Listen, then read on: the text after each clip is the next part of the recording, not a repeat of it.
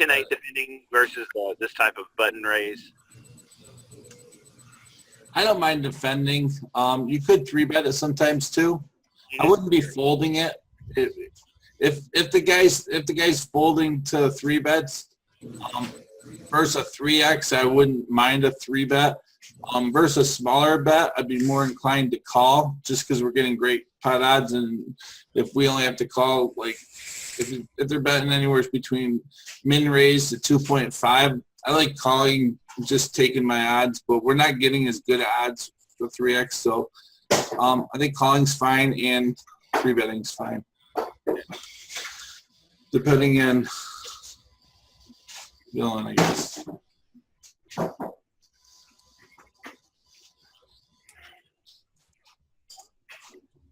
Okay, so we bets here. Now, we don't have our draw really stinks here, and there's not going to be very good turns here for us. So I would check raise this. Okay. Just because again, it's just not. It's really not that. It's not good enough to call. But we got no backdoor flushes. Yeah, I would just check raise it, and I'd probably bet the turn. Maybe I don't know if I'd probably bet a heart. Gotta bet a heart. Yep. So I check raise 325. Very nice. I like your sizing too. And we have the heart on the turn, so we have to continue. Yeah. Bet big. No. Gotta bet 7. Just half. You're repping a flush. You want to really be. Here's the thing. When we bet small, his like pair plus flush draws have a pretty good price to call the turn, and we just don't realize the fold equity. When we size up, we like if he has a hand like I don't know 7-9 with the 9 of hearts or whatever, queen jack with the queen of hearts. Like we really want to put him in a spot where he doesn't know if he can call, and even if he makes a heart, it's good. Yeah. So you want to size way up here, because now when he calls, we're going to be very confused. Okay, because I think my thinking was I bet a little bit smaller here, and I'm setting up a shove on the river. Yeah, but you don't get the information about villain's range by betting so small in the turn. If we bet big and villain continues, then we get to save that river bluff because it's just not going to work. He's going to be too strong. Okay. And it looks like you're doing that. I've made so many light calls on the river when people do this because I've even said it. I said, God, he's betting small to set up a huge bet on the river. This is just always a bluff. Okay, so by betting 7 here, I'm saving 12 on the river if he calls. Yeah, and you're making him play pretty honest. He's really handcuffed. He's not going to over bluff because we have flushes in our range, and he's going to be in a spot with pair plus flush draw. Okay. That's where I'm backwards in because I think the bigger bet here is the bluffier line, but it's really not.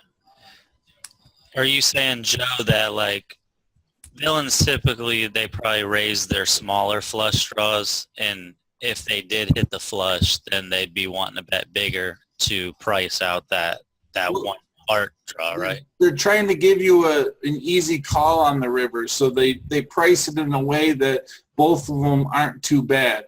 That's generally value. But when they go small and then go huge on the river, that's usually more of a bluff because they're trying to make that last bet just really, really scary looking. Gotcha. And I don't think they're trying to price out anything. I think they're just, it's hard to make a flush. They want value. Well, if you really did have a small flush here, you wouldn't want to bet this sizing. No, you would not. So. No, you'd want. I was asking if that's why you think it's a bluffy. It seems like a bluffy line. Like, yeah, because they're trying to make one street really hard to call. If they check raise like a 5-6 of hearts here, and then made the flush, are they going to bet this sizing with the 6-5 flush? No. Nope. If you're gonna just try to make it too easy calls, pretty much. Let's see what happens. Calls. And the river pairs. I have a good idea of what Brandon's going to do. Shove it in. Well, you have to shove it. If he bets less than $15.59, I'll be shocked. Wow. Okay. So, I'm not shocked. Gets called King Jack offsuit. Jack 7. He flops 2 pair. I don't expect him to flop 2 pair there. No, not targeting those He's not things. even folding the jack. No. So That's why I don't know about these follow throughs at these stakes. Like I like the check raise on the flop, but I don't know. They just don't fold enough to follow through. Especially we don't block any hearts. I mean, the thing is, like, it's not like our strategy could be really a losing strategy. We're going to check raise flush draws, and we're going to bet our flush draws on the turn. So, like, our range is very balanced. That's the thing. I don't think we need to be balanced at these stakes. We should be but value heavy. I think if you don't think about this stuff at these stakes, when you move up, you're going to be struggling. a deeper absolutely. strategy here would be with this type of hand, bet the turn and give up in the river. And if you have a good heart blocker, then that's when you empty the entire clip. yeah, when you have blockers to the flush. The thing is, like, you know, you can scale up your poker strategy, dial it up to playing way more advanced, or when you're playing worse guys, dial it way down and play it in a more primitive form of poker. But you should always understand each of the levels and what you're trying to accomplish. Like when I play live, I mean, I play pretty like ABC. I mean, I don't do anything crazy because everybody just calls. Like, there's no sense in doing anything ridiculous. Just play a solid ABC style, but you don't forget everything. No, you don't forget everything. You're just kind of dumbing it down. And then, you know, when you start playing in the more advanced games or the games get tougher live, then you can make a very complicated strategy. So, Or if a spot comes up right. So whether or not your population's reacting, however, we still need to think about balanced strategies. We still need to think about what we're going to do once we move up the stakes. There's big value in understanding.